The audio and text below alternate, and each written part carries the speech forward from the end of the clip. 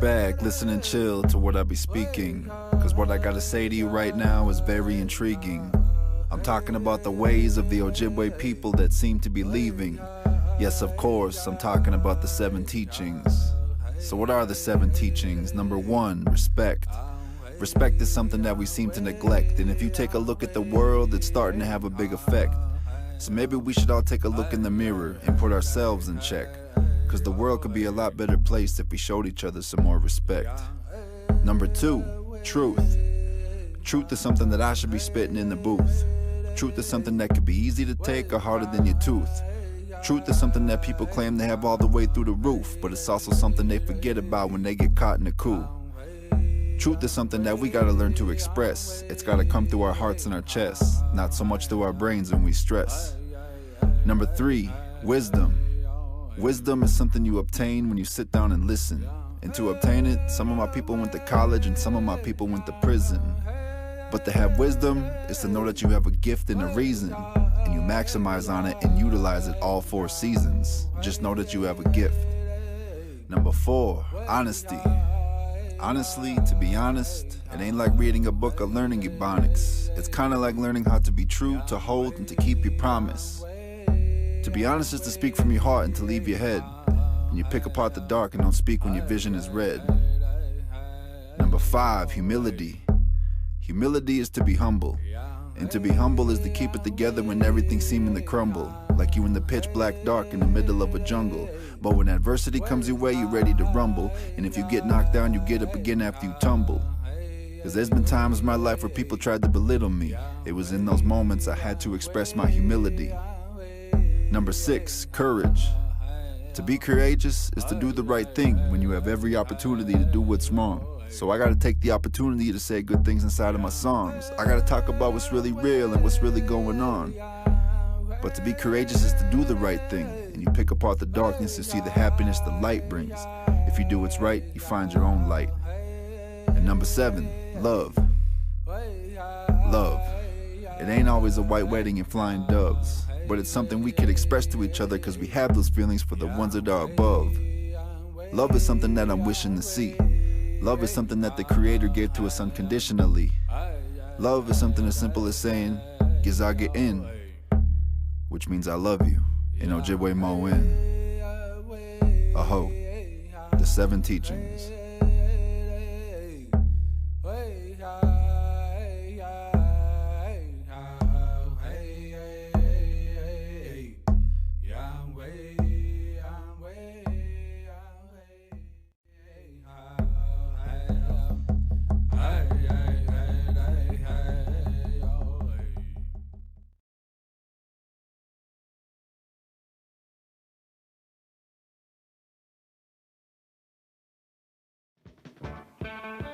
The very first cartoon I ever did was back in 1962, whilst I was still at high school.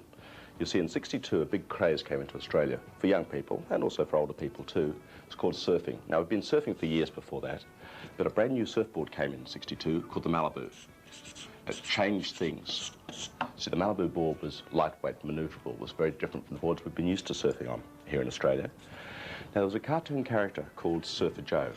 Well, I half invented Surfer Joe. We didn't have any Australian surf magazines in those days, we only had American. So what I did is I got all the American cartoons together and made a composite picture.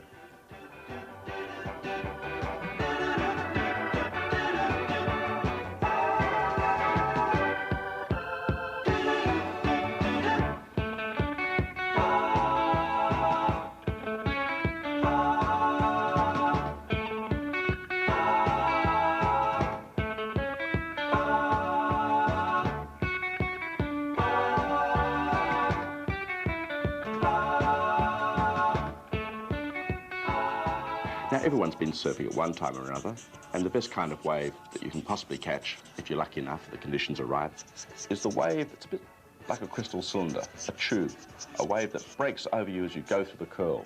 That's if you're quick enough, of course. Here he is. And a little bit of white water there as the wave breaks over. Now, Surfer Joe was the very first cartoon I ever did. Well, one of the latest characters that I've invented is Trevor the Caveman. Now, he's from the Dinosaur Swamp books. Now, Trevor is a man who Well, he's a frustrated man. Poor old Trevor. Things never go quite the way that he wants them to go. Trevor spends his life with his little pet rat called Pergy, really trying to stay out of the way of the dinosaurs, because dinosaurs can be pretty annoying, especially the ones that are around the dinosaur swamp. Here's Pergy. Pergy doesn't look all that happy too at the moment. Trevor and Pergy have many adventures in Dinosaur Land, many adventures. Whether they be drifting out to sea on a raft, whether it's visiting the coming ice age, or in fact just really staying out of the way of the dinosaurs as they trundle around the swamp. We have an Apatosaurus right up here who can't mind his or perhaps her own business, I'm not too sure what, looking over the tree ferns, the long neck of the Apatosaurus.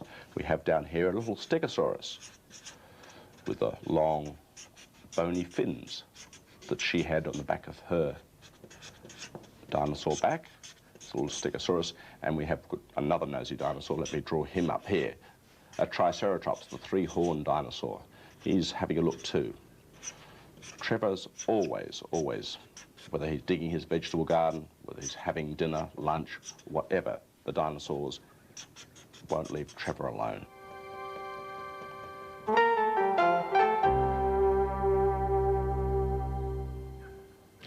Now, another series of my books is called Behind the Door. Now, these are pretty tricky little books. In fact, they're hosted by teddy bears. Let me draw a teddy bear, one of the teddy bears here for you. Now, things are not as they seem in this book, because you've got to work out the clues before you open the door. This bear is looking pretty happy. I think that he may have just worked out who's behind the door.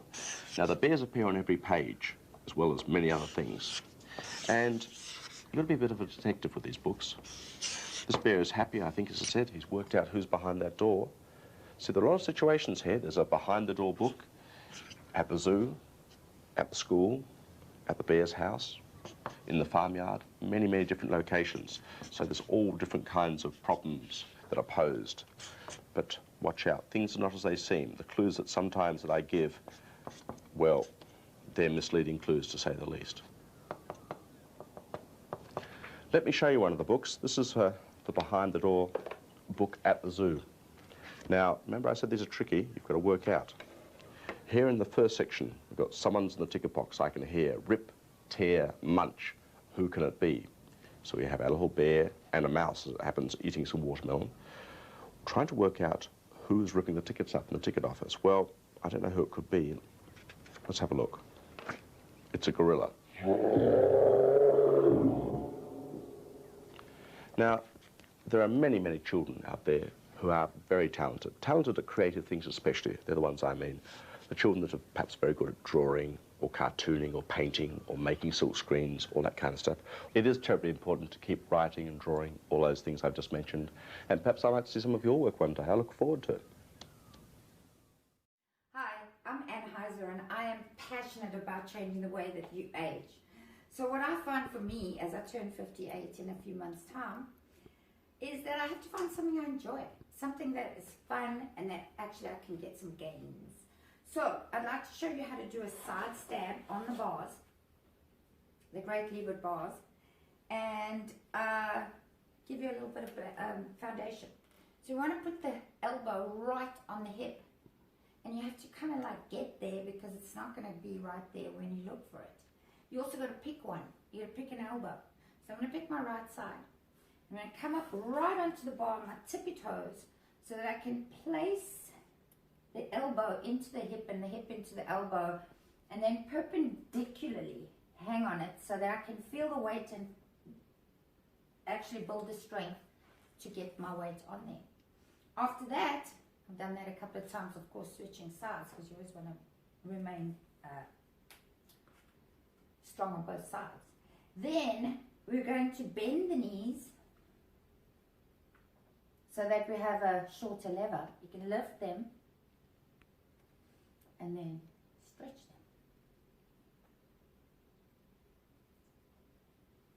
them. And that is how you do the side stab. Ready?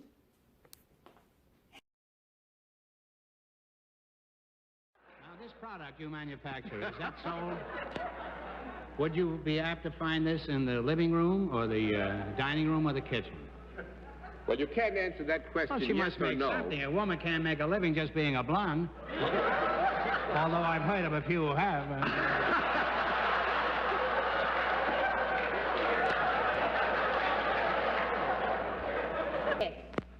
Now, would you say that you deal with more with one?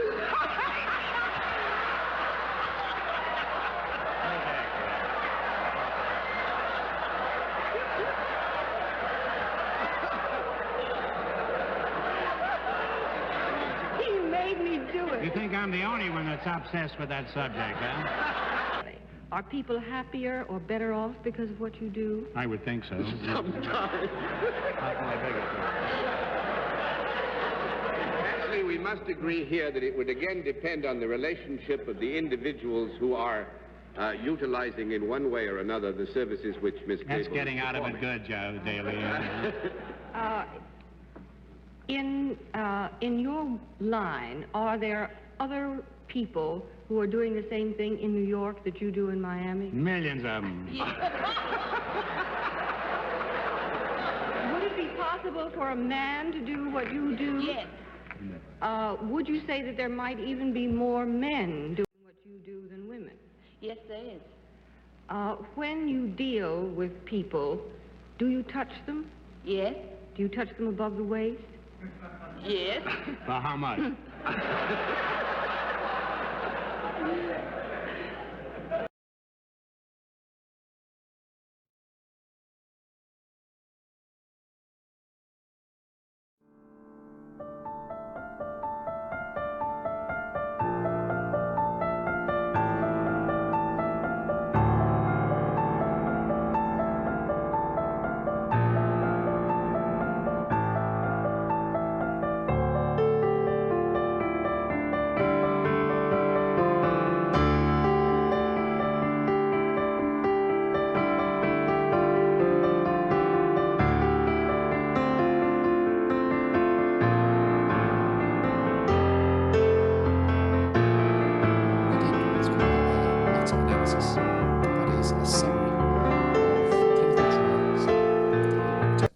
Ability of vitamin D to prevent respiratory infections. By that I mean colds, flu, bronchitis, pneumonia. We found two exciting things. The first thing is that vitamin D supplementation reduced the risk of having one of these infections by around 10% when we looked in the population as a whole. The second thing we found was that in people who had the lowest vitamin D levels, less than 25 nanomoles per litre, there was a 50% reduction in risk of respiratory infection with vitamin D supplementation.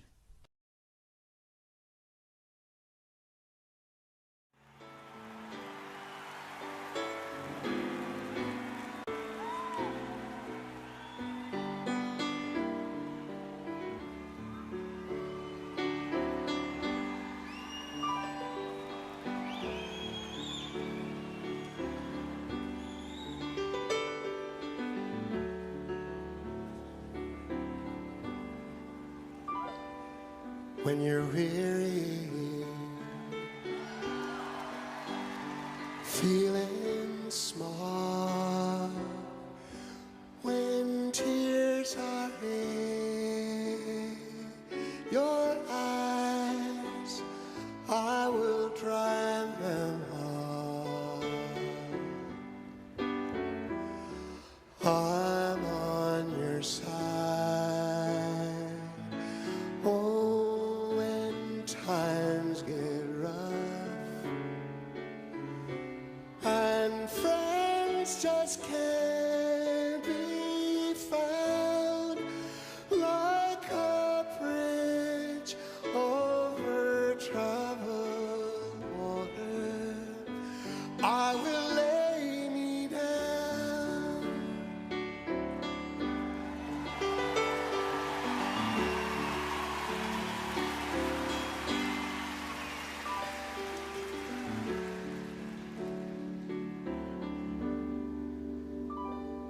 When you're down and out,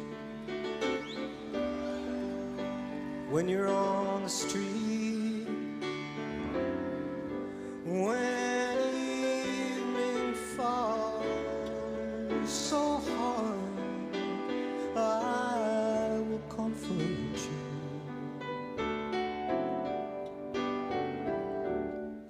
take your part. When darkness comes and pain is all around, oh, just like a bridge over troubled water, I will lay me down